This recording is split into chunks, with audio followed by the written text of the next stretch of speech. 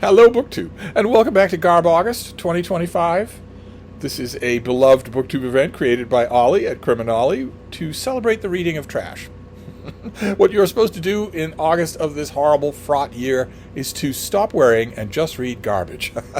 And I'm taking that literally. I'm doing a lot of garbage reading for the pure fun of it. Now, as I've said many times before in previous years of Garb August, a lot of the garbage reading that I do is not voluntary.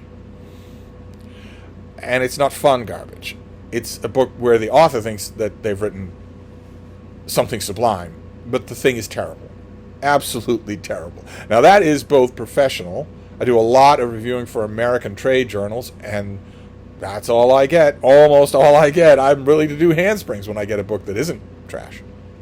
Handsprings. Just got one the other day. That is so good. It was so good, so heartfelt, so smart, and on such a quirky subject. It was the author of the book was simply breaking down the lyrics and the songwriting genius of a few dozen Chris Christopherson songs. If you'd have told me before I read that thing that a really good book could be written on that subject, I'd have said, probably not. The book it starts off with the ultimate heavy lifting ask. It starts off by positing that there is an alternate universe in which it would be acceptable for you to prefer Chris Christopherson's version of Me and Bobby McGee as opposed to Janis Joplin's. It was unthinkable. That is unthinkable. And yet, the author had me thinking. He didn't convince me, but he had me thinking. So every once in a while, I get something that isn't garbage. But, oh my God, most of it is garbage. Nigerian preachers talking to Jesus in their bathtub. People seeing heavenly faces in clouds and taking pictures of them with Polaroids, and all it is proof that they are years late for the optometrist. That's all. I get exposed to the bad kind of trash a lot. Where the author thinks they've written a masterpiece that deserves to be taken seriously, when all it deserves is to be laughed at. It's Sturgeon's Law. 90% of science fiction is crud, but then again, 90% of everything is crud. Try telling that to aspiring indie authors. Try telling that to them. But that's not the kind of trash that we want to concentrate on, that I want to concentrate on for Garb August. I want to concentrate on the stuff that kind of knows it's trashy and is just having fun. And I have been helped in that regard, helped and also hurt in that regard, by algorithms. Because all of our lives are run by AI. Algorithms, either the ones that dictate the ebook daily deal emails that I get, which, an algorithm takes careful notice of which of those suggested titles I download. And it shapes the algorithm accordingly. And also Amazon Unlimited, Kindle Unlimited, which is entirely algorithm driven, pays attention to what I do. And I also strongly suspect, I know this is an urban myth, but I don't think any of us have any doubt in the matter, that no matter how you jiggle with the settings on your laptop or your iPad or your iPhone, it's listening to you. How many examples have we seen, all of us, where the machine is closed, the laptop is closed, and you talk about clog dancing, and the next time you open the machine, a sidebar on your Amazon page is for clog shoes. When the only time you mentioned it is when your computer was off, and it's still recorded. I'm firmly convinced that happens quite a bit, and that has put me at the mercy of algorithms for Garb August. And I was worried about that. Of course, I am. I was worried about that for Summer of Sport as well, when it looked like the algorithm was simply going to bury me in gay hockey romance, and that could still happen. But for Amazon and these daily ebook deals, the algorithm was taking notice of the fact that Sasquatch was involved in some of my choices and was starting to suggest things to me along those lines. And apparently AI is growing. I think AI is growing. I think it grows on its own. I think it learns things that it's not told to learn. And it apparently broadened out for its suggestions to me from Sasquatch to mythical creatures, which I take offense at that. Sasquatch is not mythical. Probably Sasquatch is mythical, but I don't like to think of it that way. I know a lot of these field researchers. I don't want to think they're out after a myth. But one thing I can tell you for sure, whether or not Sasquatch is a myth, phoenixes are certainly mythological. The ancient myth of the phoenix, a bird, a glorious bird that burns and then rises to life again from its own ashes. Phoenixes are certainly mythological. But did that stop the algorithm? No. That encouraged the algorithm. Now, but believe it or not, the mythological shenanigans is not my main worry with what the book that was suggested last night. Of course, I gobbled it up and had a great time. It's classic Garb August trash. It's by Ash Moon. Of course, that is a pen name. Remember, my yardstick for whether or not an indie author is using a pen name is if either of the two names or both the two names are other things. Ash is a thing. Of course, it's also a thing connected with the phoenix, and moon is a thing. So this is a pen name. Probably, once again, for a 50-something gay man. But this is book 1 in the Phoenix Guardians series. It has a fantastic AI cover, and it is Phoenix Chosen. And you see, we don't have anyone caressing an actual bird, but he does have a feather on his headband. How's that for a cover? This was suggested to me by Kindle Unlimited. And it is the story of Tyler Blackwood, who's in our normal world. He can't catch a break. He's down on his luck. He doesn't like his job, doesn't like any of his friends, doesn't really know where he's going to find his next... Well, he knows where he'll find his next hookup, but he doesn't know where he'll find his next meaningful relationship. When he is saved from almost certain death by Callistratos, a brawny, golden-skinned, gorgeous alien being, a supernatural being, a phoenix shapeshifter.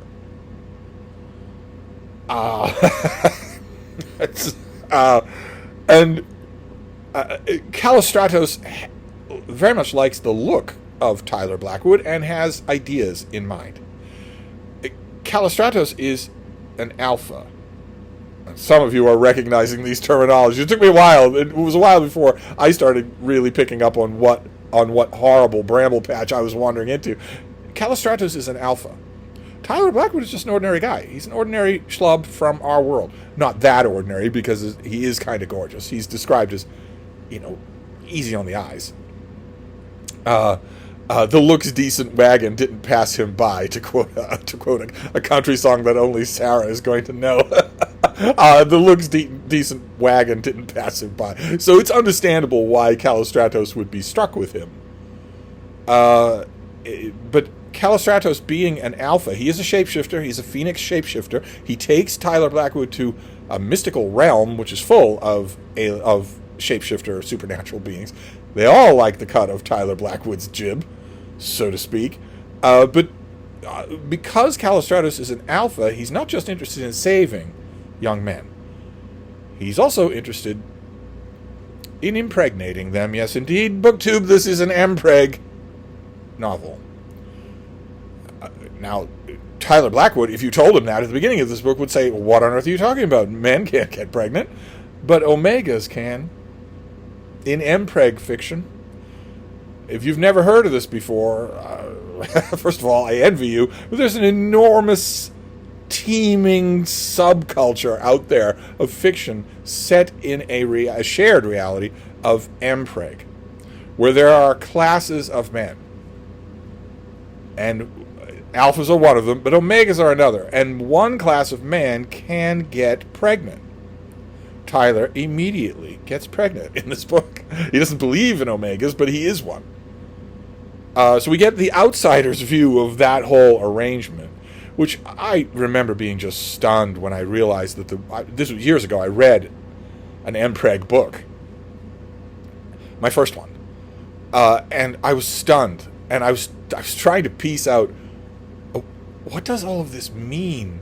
I mean, the author's having a lot of fun, but underneath the surface, the idea seems to be unbelievably hostile to women.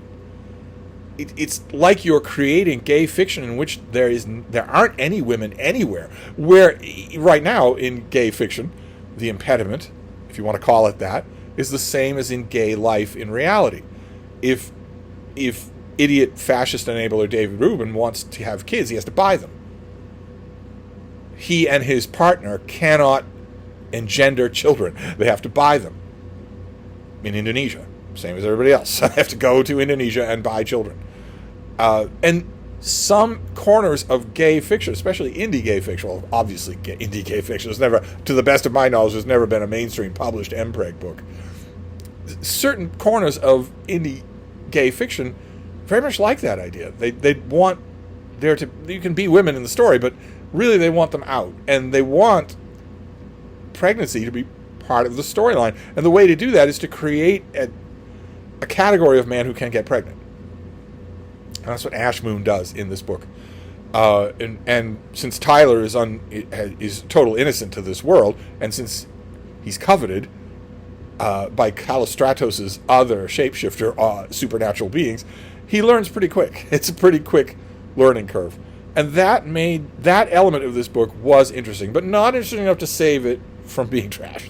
I firmly believe that mpreg novels are by definition trash. I find it hard to believe you could write a good one.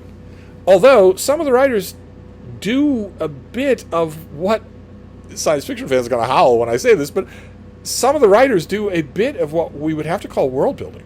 They are trying to figure out. I've read at least one, I think only one mpreg novel where one of the characters is not only not a romantic interest of any of the other characters, but is a scientist trying to figure this out, learning as much as they can about this class of man who can get pregnant.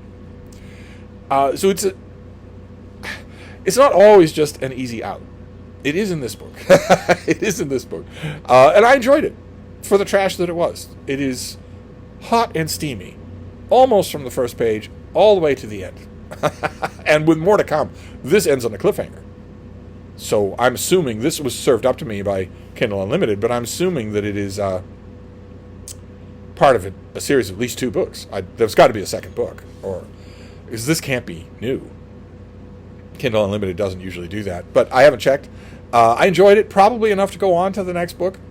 I don't want to get on too many mailing lists, but the main thing I don't want to happen has nothing to do with phoenixes. It has to do with mpreg. I do not want the algorithms to send me down a rabbit hole of mpreg novels. I don't want that to happen. There's something about the basic concept of it that I don't like.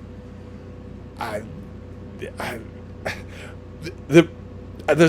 don't know. I wish I could talk to one of these authors, but they probably wouldn't do that.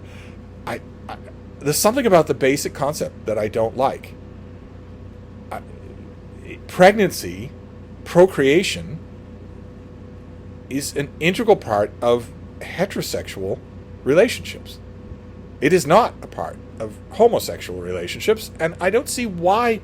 I guess I've never understood why homosexual relationships, on one level, I've never understood why homosexual relationships for 5,000 years have spent so much energy trying to imitate something they're not. On one level, I don't understand that. On another level, I certainly do, which is that if you're homosexual, you are surrounded, you are embedded in a heterosexual culture, and that's all you see. That's all you know. That's all that's normalized. That's all you're taught to admire or emulate. So on that level, I do understand it. But I guess my objection with mpreg novels is that I don't see the need of it. Why is there the need for it? What is these are porn, basically. And what is the porn need of that? Of swollen ankles and craving pickles at 3 a.m. I don't know. I don't want to get sucked down that hole. I really don't. So maybe after Phoenix Chosen, I will do what I have been threatening to do for a few days of Garb August now, which is to go intentionally somewhere else. Go away from the algorithm. And intentionally read men's adventure. Some men's adventure novel that won't have any pregnant men in it at all. So maybe I'll do that. Although I should point out here, I should warn you all that I don't know if there won't be an interruption in my Garb August videos for a little while here in August.